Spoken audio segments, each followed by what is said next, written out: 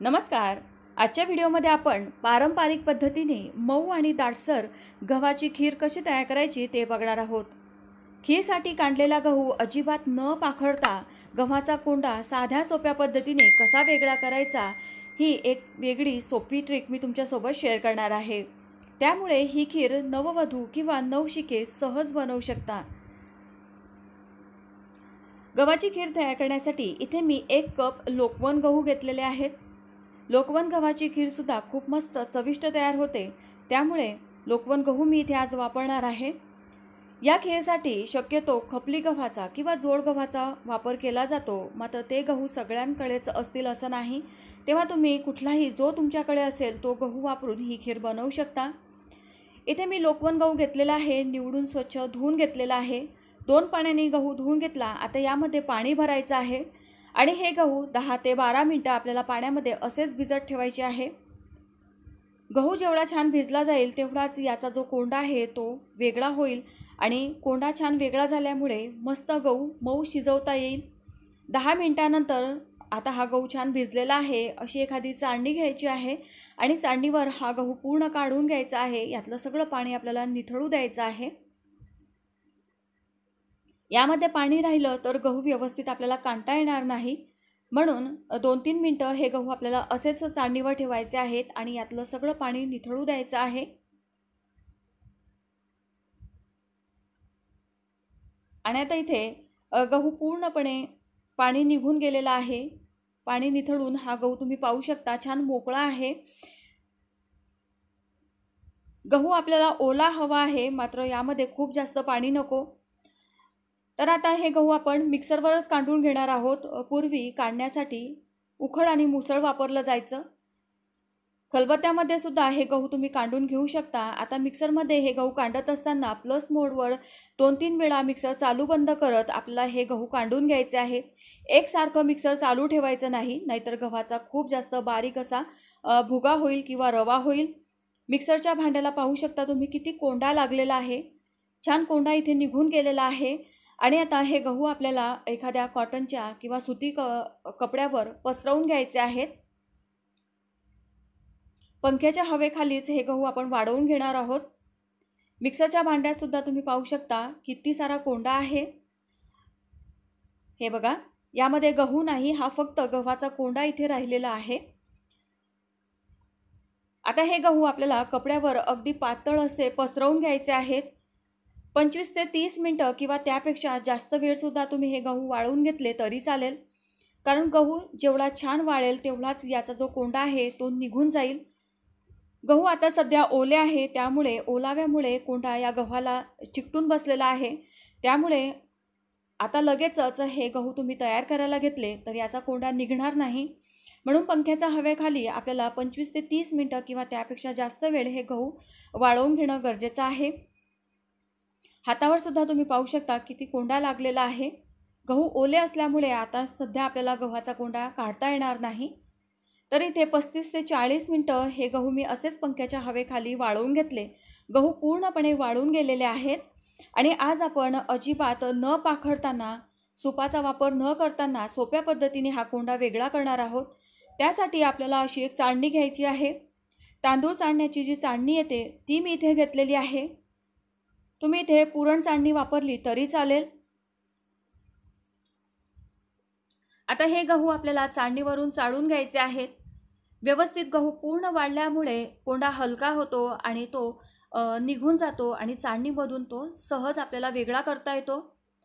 गहू जर ओला असेल तर असा चाळणीवरून त्याचा कोंडा पूर्ण निघत नाही किंवा पाखडल्यावर सुद्धा तो ओला असल्यामुळे पूर्ण कोंडा आपल्याला काढून घेता येत नाही. हातावर असे गहू व्हिडिओ दाखवते त्या पद्धतीने चोळून घ्या, म्हणजे पूर्ण कोंडा वेगळा होईल.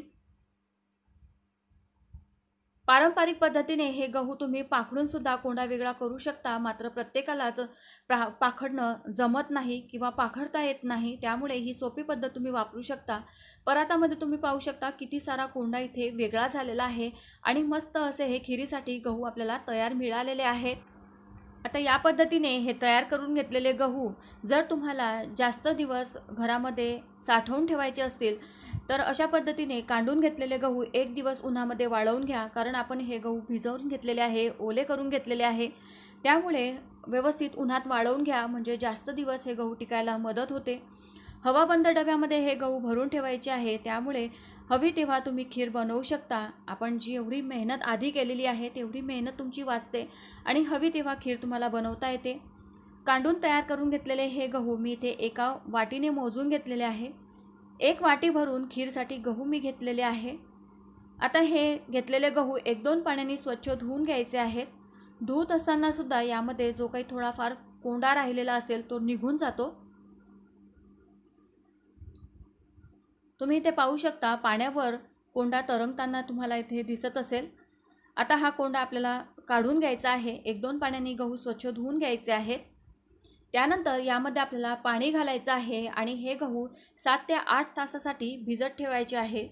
जर खीर तुम्हाला सकाळी बनवायची असेल तर रात्रभर जरी तुम्ही हे गहू असे भिजवून ठेवले तरी चालतील. गहू जेवढे छान भिजले जातील खीरसुद्धा तेवढी छान मऊ शिजेल. गव्हाचा कोंडा जरी पौष्टिक असला तरी यामध्ये जास्त कोंडा राहिला तर हवी तशी खीर शिजत नाही. गव्हाचा दाणा खूप असा कडक राहतो, तो मऊ शिजत नाही. आता यावर मी झाकण ठेवलेलं आहे. आता इथे बरोबर 8 तास झालेले आहे. 8 तासासाठी हे गहू मी भिजवून घेतलेले होते. तुम्ही पाहू शकता गहू मस्त फुललेले आहेत, छान भिजलेले आहेत. गव्हाचा दाणा पाहू शकता तुम्ही, अगदी सहज याचा तुकडा होतो आहे. आता यामधलं जे पाणी होतं ते मी काढून घेतलेलं आहे.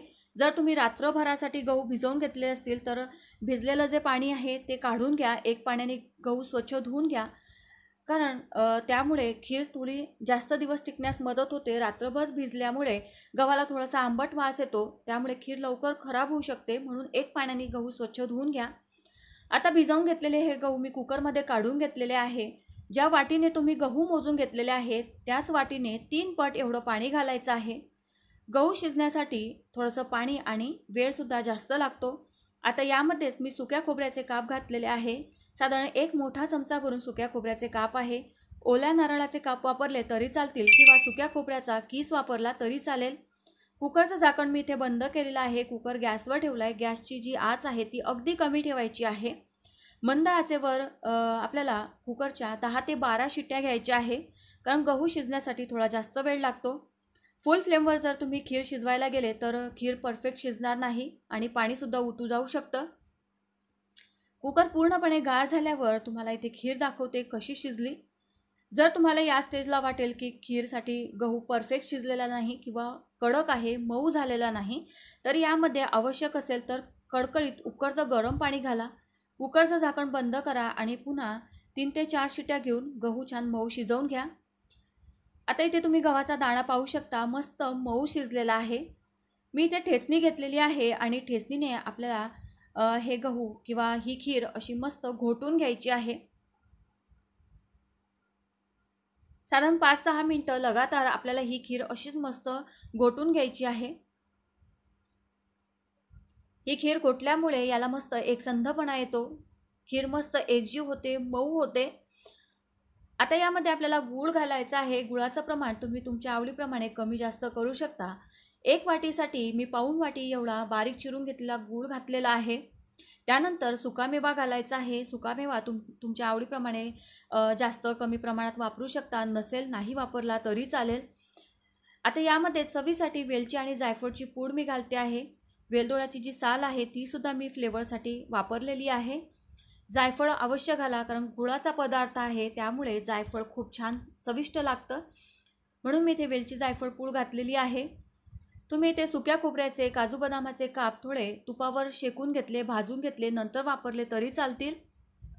आता सर्व साहित्य छान मिसळून घेतलेलं आहे आणि इथे कुकर मी गॅसवर ठेवलेला आहे.